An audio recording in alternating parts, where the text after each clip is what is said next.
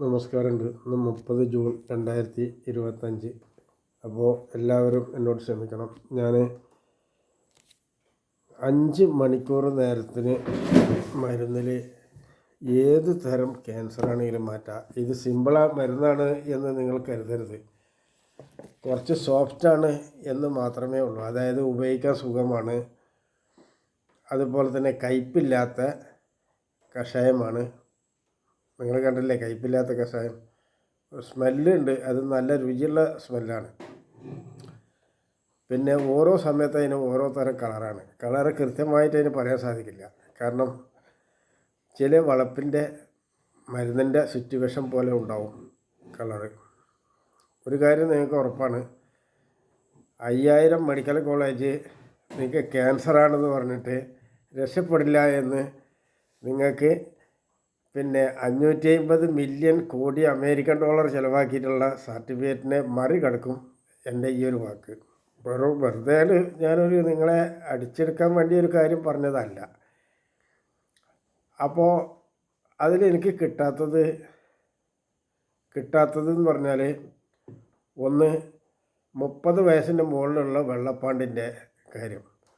രണ്ടാമത് ചത്ത പല്ല്, നമ്മുടെ ഈ 2 അണക്കൽ ഇരിക്കുന്ന ചത്ത പല്ല് ഉണ്ട്. ആ ചത്ത പല്ലിന് ഉണ്ടാവുന്ന തലവേദന, അത് ഭാരിച്ച തലവേദനയാണ് കേട്ടോ. എന്നാൽ ഈ സാധനം നമ്മുടെ ഒരു സ്കാനിങ് റിപ്പോർട്ടിലും കിട്ടില്ല. ഒരാളെ കൊണ്ട് കണ്ടെത്താൻ പറ്റില്ല. അതിന് കണ്ടെത്താൻ പറ്റുന്ന ഐഡിയ എന്താണെന്ന് വെച്ചാൽ, നമ്മുടെ നല്ല ഇപ്പം എനിക്ക് മനസ്സിലായ ചില കാര്യങ്ങൾ പറയാം. നമ്മുടെ നാട്ടിൽ പല്ലിൻ്റെ ആളുകൾ എന്ന് പറഞ്ഞാൽ നിരവധി എണ്ണം നിരവധി കോലത്തിൽ അണിഞ്ഞൊരുങ്ങി പല തരത്തിലും ഇരിക്കുക. ഞാൻ അവർക്ക് തെറ്റൊന്നും പറയാൻ ഉദ്ദേശിക്കുന്നില്ല. പകരം പഠനം കൊണ്ട് നമുക്ക് നോക്കുമ്പോൾ പല കാര്യങ്ങളും പറയാം. പഠനം അതിൽ ഒരു ഭാഗം ഞാനുണ്ടായി. ഒരു തലവേദനയായിട്ട് ബന്ധപ്പെട്ട് എവിടുന്നും മാറാത്തൊരു ലെവല് ഞാനിങ്ങനെ പിന്നെ ആലോചിച്ചിരുന്നിട്ട് വേദനയുടെ 2 ഗുളിക ഒരുമിച്ച് കഴിച്ച് നേരിട്ട് പോയിട്ട് തിരുവനന്തപുരത്ത് നിന്ന് ഇവിടെ വന്നിട്ട് പല്ല് ചെക്ക് ചെയ്യുന്ന ഒരു ഡോക്ടറുണ്ട്. അപ്പോൾ അവൻ്റെ ആ കാഴ്ചപ്പാടിൽ നോക്കുമ്പോൾ അത് ശരിയാണ്. ആ കാഴ്ചപ്പാടിൽ അത് ശരിയാണ്. എന്താണ് ആ കാഴ്ചപ്പാടിൽ അത് ശരിയെന്ന് വെച്ചാൽ, നമ്മൾ പല്ലേറ്റ് ചെന്ന് തരുന്ന വായ ഇങ്ങനെ തുറന്ന് പിടിച്ചിട്ട് ഓരോ പല്ലിൻ്റെയും 2 തലക്കലും കുത്തുക. പല്ലിൻ്റെ ഈ തലക്ക് കുത്തും, ആ തലക്ക് കുത്തും. അങ്ങനെ കുത്തിയിട്ട് അത് വേദന ചോദിച്ച് പിന്നെ അതിന് മരുന്ന് വെച്ച്. പക്ഷേ മരുന്ന് വെച്ചത് തരിച്ചു കഴിഞ്ഞാൽ നമുക്കതുപോലെ പറയാൻ കഴിയില്ല. അപ്പോൾ അതുകൊണ്ട് അതൊന്ന് മാർക്ക് ചെയ്തിട്ട് ശരിയാക്കണം, ഇന്ന തന്നെയാണെന്ന് ഉറപ്പിക്കണം. എന്നിട്ട് ആ സാധനം എടുത്താൽ, ഇപ്പോൾ അതിൻ്റെ കാരണം പറഞ്ഞാൽ ഒരു ഉദാഹരണം നമുക്ക് പറയണല്ലോ. പെരിന്തൽമണ്ണയിൽ ഒരു 20 വയസ്സുകാരി ഒരു പെണ്ണ് തൊട്ടടുത്ത ദിവസം മരിക്കുമെന്ന് പറഞ്ഞിട്ട് അവർ റിപ്പോർട്ട് കൊടുത്ത് അതൊക്കെ വെച്ച് വന്നവർ പല ആശുപത്രികളിലും പല കടലാസുകളുണ്ട്. അവർ നിലമ്പൂരാണ്.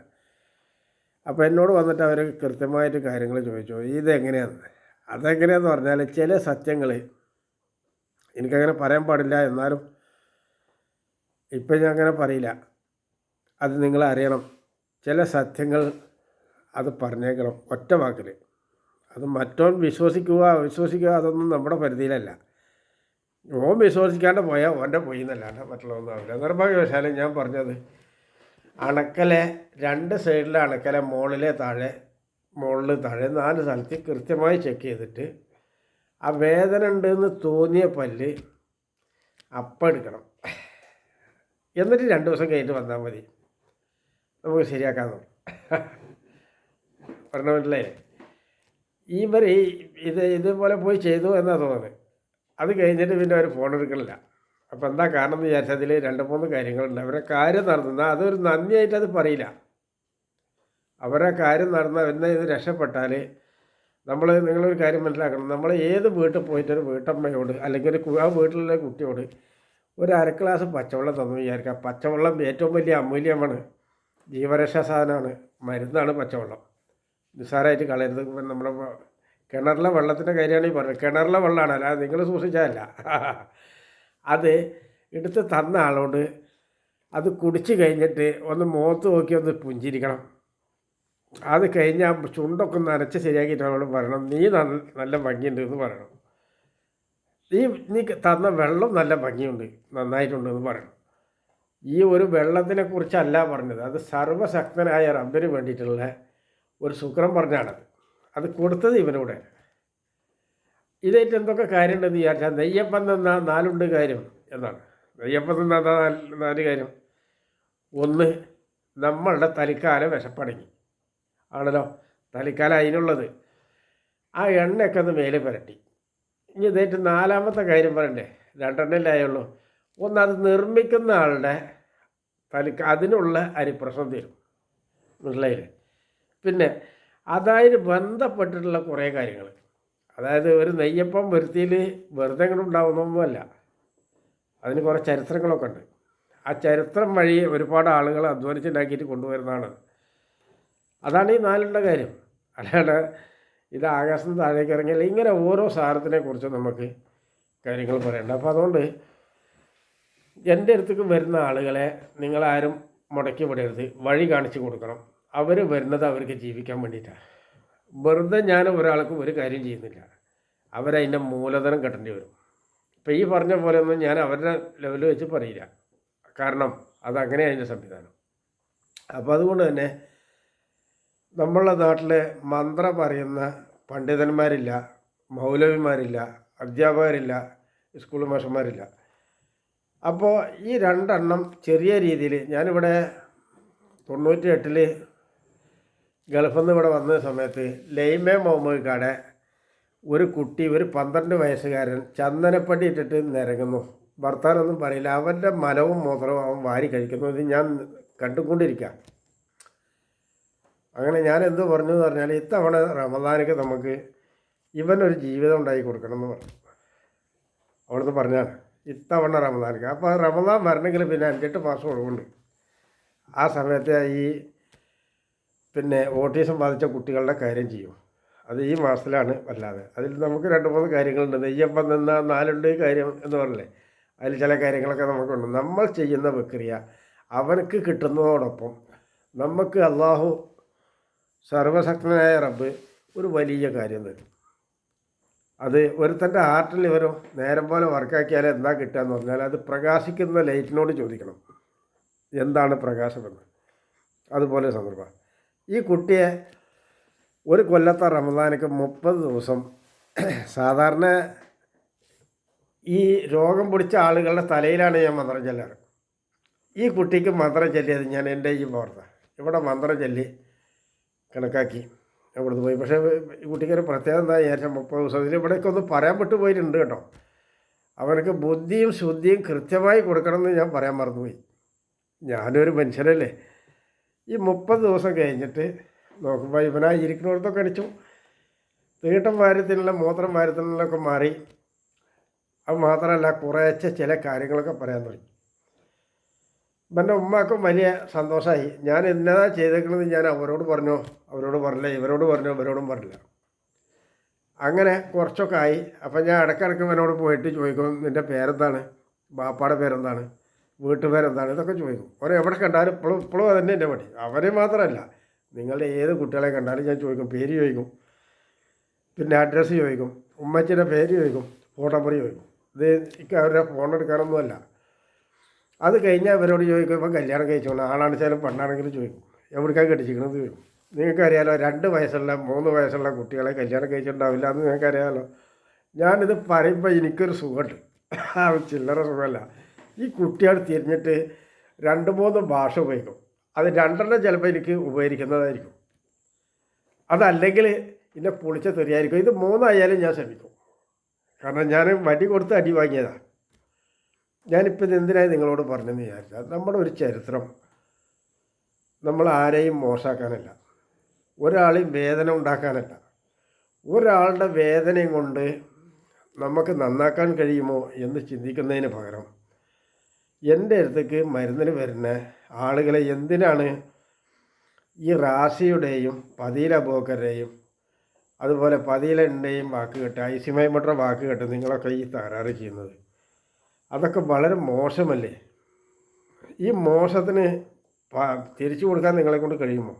എനിക്കെതിരുണ്ടെങ്കിൽ ഞാൻ ചെയ്ത ഈ കയ്യും കൊണ്ട് എന്ത് തെറ്റാണെങ്കിലും നിങ്ങൾ അതായിട്ട് നേരിട്ട് വരും, ആരാണെങ്കിൽ വരും, ഞാൻ നിങ്ങളെ സ്വാഗതം ചെയ്യാം. ഈ കയ്യേറ്റ് എന്ത് തെറ്റാണ് ചെയ്തെങ്കിൽ എൻ്റെ ഫോണിൽ കൂടെ എൻ്റെ ഫോൺ നമ്പർ ഐഡിയ മാറ്റി ഉപയോഗിക്കുക, എന്നിട്ട് അതിൽ കൂടെ നിങ്ങൾ ഞാൻ പറഞ്ഞ പോലെ ഓരോന്ന് പറയുക. അതൊന്നും നടക്കില്ല. ഇന്നല്ലെങ്കിൽ അതിന് ഒരു പവറുണ്ട്. സൈബർ സെല്ലിനൊരു സംവിധാനമുണ്ട്. ഏത് ഫോണിൽ നിന്ന് ഏത് ടവറിൽ നിന്നാണ് അപ്പോൾ ആ സിം ഏതായിരുന്നു, അത് ആരുടെ പേരിലുള്ള സിമ്മ, ആ ഫോൺ ആരുടെ പേരിലുള്ളതാണ്, ഏതാണ് അതിൻ്റെ നമ്പർ, ഇതൊക്കെ സൈബർ സെല്ലിൽ കൃത്യമായിട്ട് നോക്കും. നിങ്ങളെ മറക്കണ്ട. നോക്കുന്നത് മാത്രമല്ല, ഇപ്പോൾ ഇന്നത്തെ ആഭ്യന്തരമന്ത്രി മുഖ്യമന്ത്രി പിണറായി വിജയൻ പറയാണ്, എനിക്ക് അവരെ വീട്ടിലൊന്നും അറിയണമെന്ന് വെറുതെ അവിടെ നിന്നിട്ടൊന്ന് ചെറുതായിട്ടൊന്നും പറഞ്ഞെന്ന് വിചാരിക്കാം, നിങ്ങളെ മൊത്തം കൊടുക്കും. മനസ്സിലായില്ലേ? പിന്നെ അതിൽ ഒന്നുമില്ല, എന്നെയും പൊക്കും. മനസ്സിലായില്ലേ? എന്നെ പൊക്കണം എന്തിനാണെന്ന് വിചാരിച്ചാൽ എൻ്റെ ഫോൺ നമ്പറാണ് ഈ സാധനം. ഇതെങ്ങനെ വിലയെടുത്ത് കിട്ടിയെന്നാണ് ചോദിക്കുന്നത്. എനിക്ക് ചോദിക്കാനേ മറുപടി ഒന്നുള്ളൂ. കള്ളത്തരം ചെയ്യണവൻ്റെ അടുത്ത് കഥ പറയാൻ എനിക്കറിയില്ലല്ലോ. എന്തിനാ എൻ്റെ അടുത്ത് കട്ടെന്ന് ചോദിച്ചാൽ ഞാൻ എന്താ അതിനോട് മറുപടി പറയാം? അതിൽ കൂടുതൽ മറുപടിയൊക്കെ പറയാനില്ല. കാരണം ഈ കയ്യേറ്റ് നിങ്ങളെ തെറ്റ് ചെയ്തിട്ടുണ്ടെങ്കിൽ മാത്രമേ അത് തെറ്റാവൂ, പറഞ്ഞിട്ടുണ്ടെങ്കിൽ മാത്രമേ ഇതാവുള്ളൂ. ഞാനൊരു കല്യാണ പരസ്യം കൊടുത്തതിൻ്റെ പേരിൽ കോടിക്കണക്കിന് കല്യാണം മുടക്കലും വീടടിച്ച് പൊളിക്കേണ്ടുന്ന ആവശ്യം ഐസിമൈമട്ടിക്കോ പതീല അബൂബക്കറിനോ ഈ ആളുകൾക്കോ ഇല്ല. കൊടുല്ലൂർ പള്ളിയിലെ ഒരാൾക്കും ഇല്ല. ഒരു നാട്ടിലെ മുഴുവൻ ആളുകൾക്ക് വിവരമില്ല എന്നൊന്നും പറയാൻ നമുക്ക് സാധിക്കില്ല. അങ്ങനെ പറഞ്ഞിട്ടുണ്ടെങ്കിൽ വ്യക്തമായ കാരണങ്ങളുണ്ടാവും. മനസ്സിലായില്ലേ? അപ്പോൾ അതുകൊണ്ട് ഇത്തരം വൃത്തികേടിൽ നിന്ന് ലീഗുകാർ ഒഴിഞ്ഞു മാറിയിട്ടില്ലെങ്കിൽ BJPക്ക് എതിരായിട്ട് നിങ്ങൾ എന്നാണോ സംസാരിച്ച് തുടങ്ങിയത് അതിൽ നിങ്ങൾക്ക് അടി പതരാതെ മാത്രമല്ല പണിയും കിട്ടും. അപ്പോൾ അതൊക്കെ ഒഴിവാക്കാൻ വേണ്ടിയാണ് ഞാൻ നിങ്ങളോട് പറഞ്ഞത്. BJPക്കെതിരെ കൃത്യമായ തെളിവ് കൊണ്ടുവരും. ഇപ്പം നിങ്ങൾ ഒരുപാട് ലെവലൊക്കെ വെച്ചു, ആ ലെവലിൻ്റെയൊക്കെ പിന്നാലെ പരിശോധന നടത്തി അത് വേണ്ടി ചെന്ന് നോക്കുമ്പോൾ അത് ഉണ്ടാക്കിയവരൊക്കെ കൊടുക്കേണ്ടി വന്നു. എന്താ കാരണം? ഇപ്പോൾ ഒരു IPS ഓഫീസർ, ഒരു ഡെപ്യൂട്ടി കമ്മീഷണറുടെ കാര്യം നിങ്ങൾ പറയുന്നുണ്ട്. അയാൾ ഒരു പുറം കണ്ടത് ശരിയാണ്, അത് വളരെ ശരിയാണ്. പക്ഷെ അതിന് മറ്റൊരു പുറം കൂടി ഉണ്ടായിന് ആ സാധനത്തിന്. അവിടെ അതിൻ്റെ പ്രശ്നം കിടക്കുന്നത്, അത് പ്രശ്നമാണ്. മനസ്സിലായില്ലേ? ഇത് ഏത് ടവറിൽ നിന്ന്, ആരുടെ ഫോണിൽ നിന്ന്, ഏത് സമയത്ത്, മുമ്പത് ആരാ പറഞ്ഞിട്ടുള്ളത്? ഇതൊക്കെ പാടെ നിരത്തി നിൽക്കുമ്പോൾ അതിന് കാരണം കിട്ടും. കാരണം 15 എഴുതിയിട്ട് പിന്നെ 30 എഴുതുമ്പോൾ നിങ്ങൾ എന്തായാലും കണ്ടാൽ നിങ്ങൾക്ക് മനസ്സിലായില്ലേ? 15, 30 ഒരുപോലെ അല്ലല്ലോ.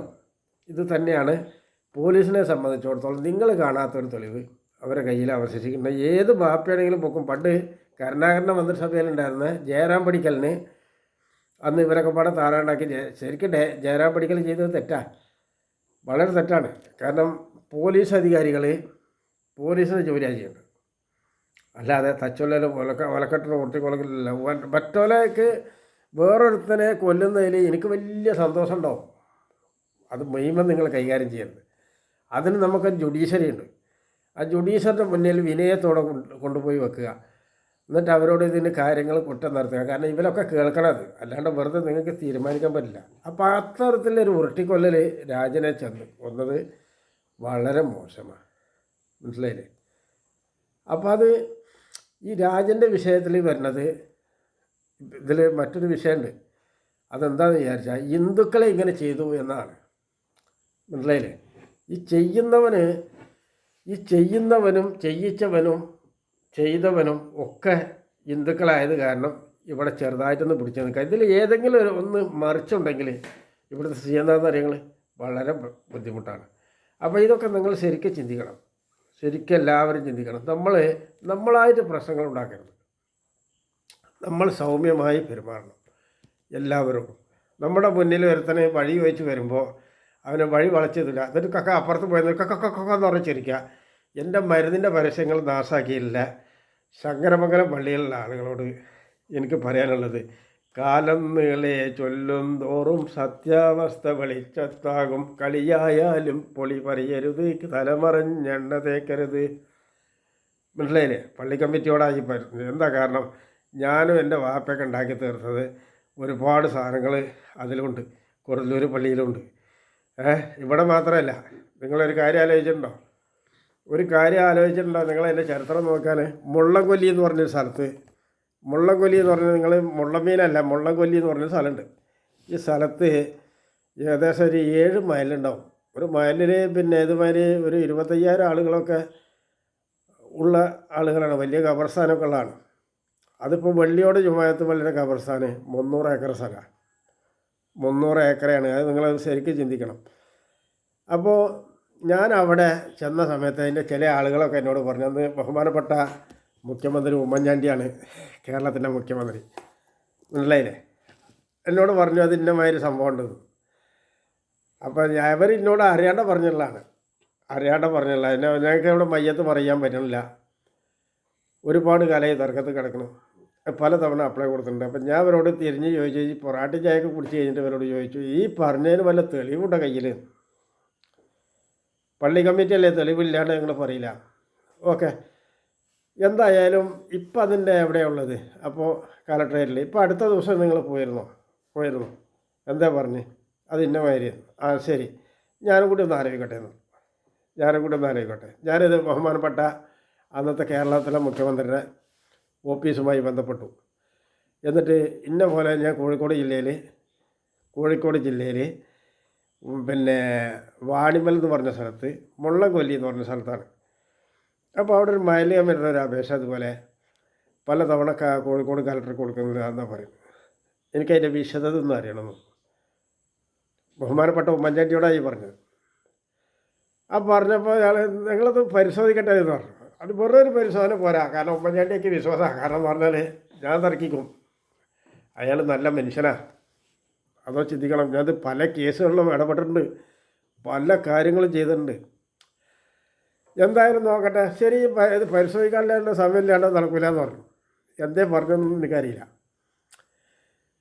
ഒരു 2 ദിവസം കഴിഞ്ഞിട്ട് ഞാൻ വീണ്ടും ഒന്നുകൂടി വിളിച്ചു.